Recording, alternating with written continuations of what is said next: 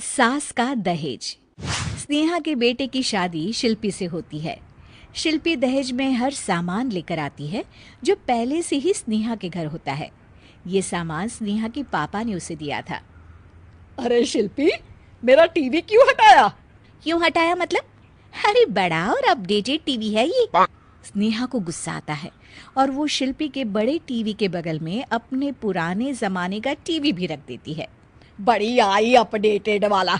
अरे बहुत सारी तेरी जैसी बहुओं को जानती हूँ मैं, जो घर से लाए सामान का रौब दिखाती है।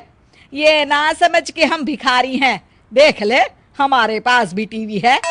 ओहो, जो करना है वो करो। कोई मेहमान आएगा तो हंसेगा कि एक ही जगह दो दो टीवी। हंसने दे, दुनिया भी तो देखे कि सिर्फ तू नहीं, मैं भी दहेज लेकर आई थी।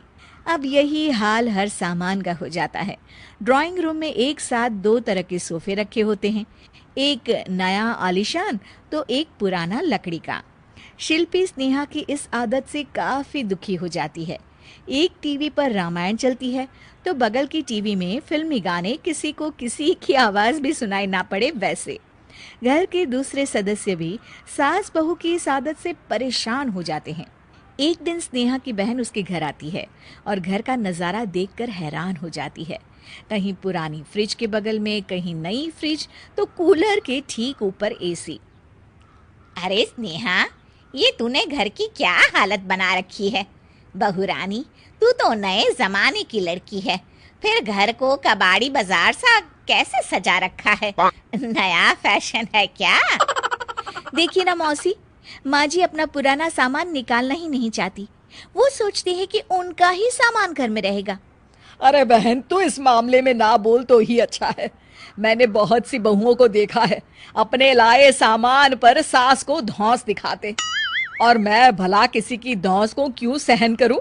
मेरे पास तो सारा सामान है, और वैसे भी क्या कहते हैं, ओल्ड इज गोल्ड। अब क्या था, शिल्पी ये सुनते ही भड़कती है और जोर जोर से चिल्लाने लगती है। वाह माँ जी वाह, जरा अपना सोफा तो देखिए, ऐसा लग रहा है खुदाई से निकला है लकड़ी का। और मेरा सोफा देखिए, कैसे लेदर की चमक और गुदगुदा सा है। अरे आपका तो पुराना धुराना सा है।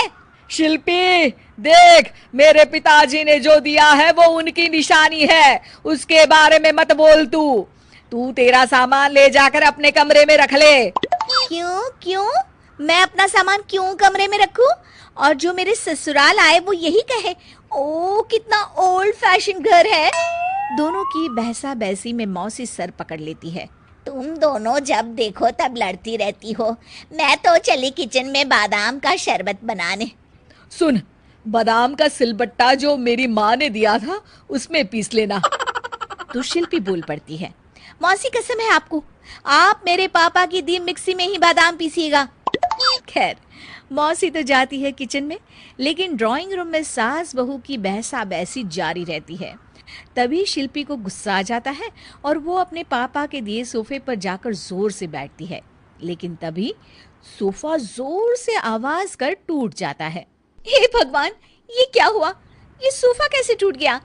बेटा, अब समझ में आया ओल्ड इज गोल्ड क्यों कहा जाता है। टूट गया ना तेरा सोफा।